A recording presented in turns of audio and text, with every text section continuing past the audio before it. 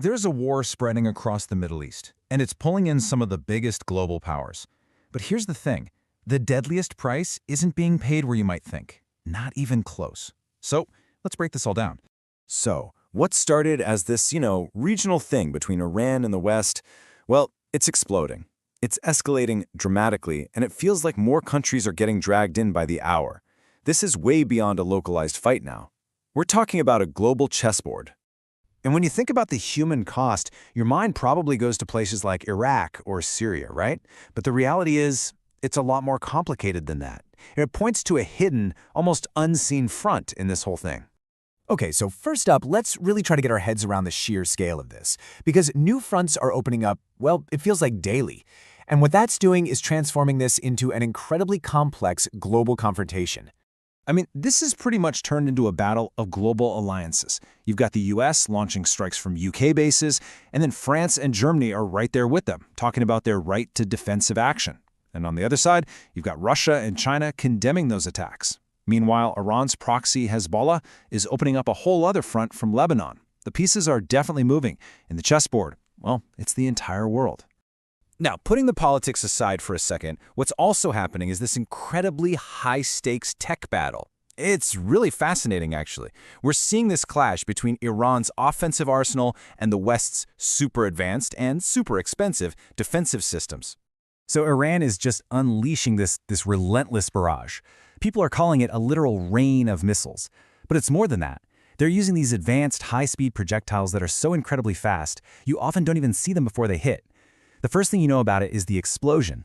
And all of this leads to a really critical question, one that nobody seems to have a clear answer to. Just how deep is Iran's arsenal? I mean, how long can they possibly keep this up?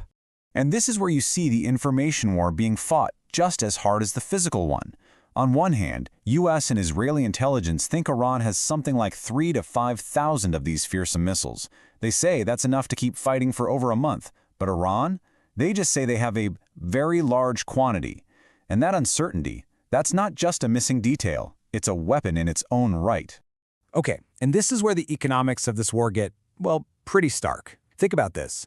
A single American Patriot interceptor missile. It costs about $1 million. And to make sure they actually hit an incoming missile, they often fire multiple interceptors at just one target. So what does that mean? It means it is wildly more expensive for the West to defend than it is for Iran to attack. That's a brutal economic mismatch. So you have to ask, why? Why get into this incredibly costly, escalating fight? What's the strategic endgame here for the West? Well, from what we're seeing, all signs seem to be pointing toward one single objective: regime change. And analysts are pretty clear on this. These airstrikes we're seeing, that's just the opening act. The general belief is that to actually achieve regime change in Iran, you'd eventually have to send in ground forces. And that means a long, drawn-out war. The idea of some quick knockout blow from the air, yeah, that's seen as a total fantasy. But here's where it gets really ironic. The recent death of the supreme leader, Ayatollah Khamenei, who was 86, some people saw that as a moment of weakness for the regime, a potential crack. But instead, it triggered these massive demonstrations of national unity. This huge outpouring of solidarity has actually made a popular uprising, which is, a key hope in any regime change strategy, way, way less likely. But the most startling piece of this whole story, it isn't even happening on the main battlefield. It's the hidden fallout. It's the shocking human cost in a place that very few people are even watching. Just think about it for a second. Outside of Iran itself, which country do you think has seen the most deaths in all this? Iran? Syria maybe? Israel? The answer is probably going to surprise you. It's Pakistan. According to the source material, the highest number of casualties outside of Iran has happened right there. This is that hidden, bloody price of the war we're talking about.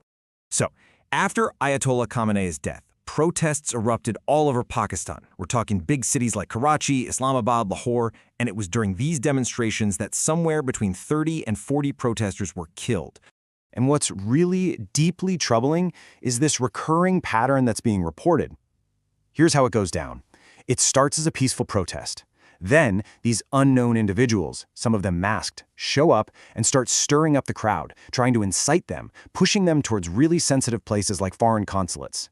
And right at that moment, when the chaos seems manufactured, that's when lethal force is used against the demonstrators. It's a tragic playbook that's been repeated in multiple cities. So let's zoom back out for a minute, because this conflict isn't just costing lives in unexpected places. It's also sending some serious shockwaves through the entire global economy. The most immediate threat everyone's watching? The price of oil. I mean, any disruption to shipping in the Persian Gulf could send prices at the pump skyrocketing all over the world. And that creates massive political pressure on Western governments to figure this out, and fast. It's a really powerful economic weapon to have in a long-term fight. And for the wealthy Gulf nations, their entire economic model is suddenly at risk. You got to understand, their economies are basically built on 3 pillars: oil and gas, tourism, and real estate. A long war threatens every single one of them.